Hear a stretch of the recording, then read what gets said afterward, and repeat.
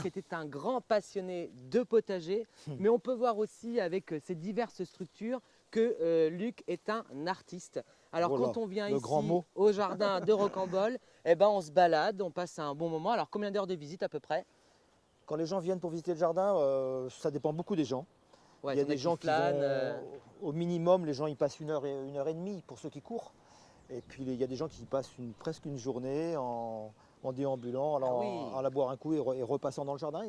Ce n'est pas un jardin très grand, mais comme il fourmille de plein de choses, et puis qu'il est Bah très, oui, on voit partout là des petites voilà, très structures. chargé quelque part de plein de choses. Bon, c'est un ensemble de petites pièces, de petites chambres, on va dire, où il y a une déambulation qui passe de l'une à l'autre, qui sont très Oui, c'est pas personnalisées. structuré quoi.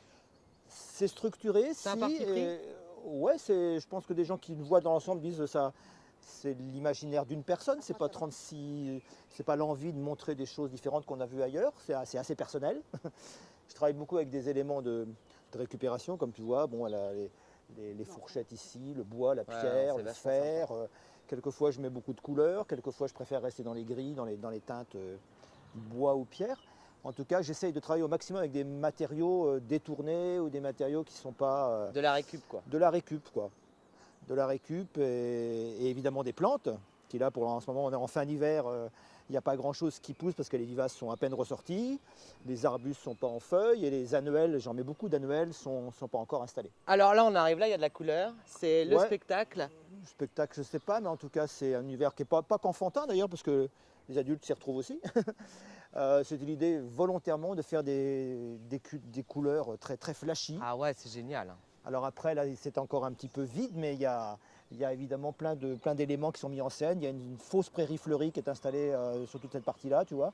Et puis, il y a plein d'éléments qui sont rajoutés et qui donnent voilà, cette caravane perchée. Il y a toujours une petite expo dedans aussi. Ok. Il y a toujours un artiste qui expose dans ce petit lieu, donc on y monte. Et puis, voilà, c'est un petit moment poétique sympa. Alors on a envie d'une seule chose maintenant, c'est d'attendre que l'été arrive, qu'on puisse Ouais, venir. Alors ouais, c'est ouvert de quand à quand l'été? parce que le jardin est vraiment transfiguré en été. Ah oui, c'est normal. Là, il est encore en La chantier. nature fait son boulot là. La nature et puis les réparations et puis les aménagements. Il est ouvert du 1er juin cette année au 20 octobre. Ok, donc on a Voilà. un peu de temps quand même pour venir voir Voilà, et puis toutes les ce informations beau jardin de Cornu. sont sur le site au niveau des horaires et puis de l'ensemble. Où est-ce que j'allais dire? Il y aura sur le Facebook de France 3, on va remettre les coordonnées du jardin de Rocambole. Il y a un site internet, vous aurez toutes les informations, l'adresse, parce qu'on est en pleine campagne. Alors on a obtenu aussi cette année, alors on ne sait pas si ce sera marqué au bout du chemin, on a obtenu le label de jardin remarquable cette année pour D'accord. au niveau Bretagne. Bah bravo alors. Ouais, on verra Donc ça. Laurence, je vous invite à venir ici au jardin de Rocambole. Ici, nous on était vraiment émerveillés. On a passé une bonne matinée avec vous et on n'attend plus que le soleil fasse son boulot. À bientôt. Au revoir.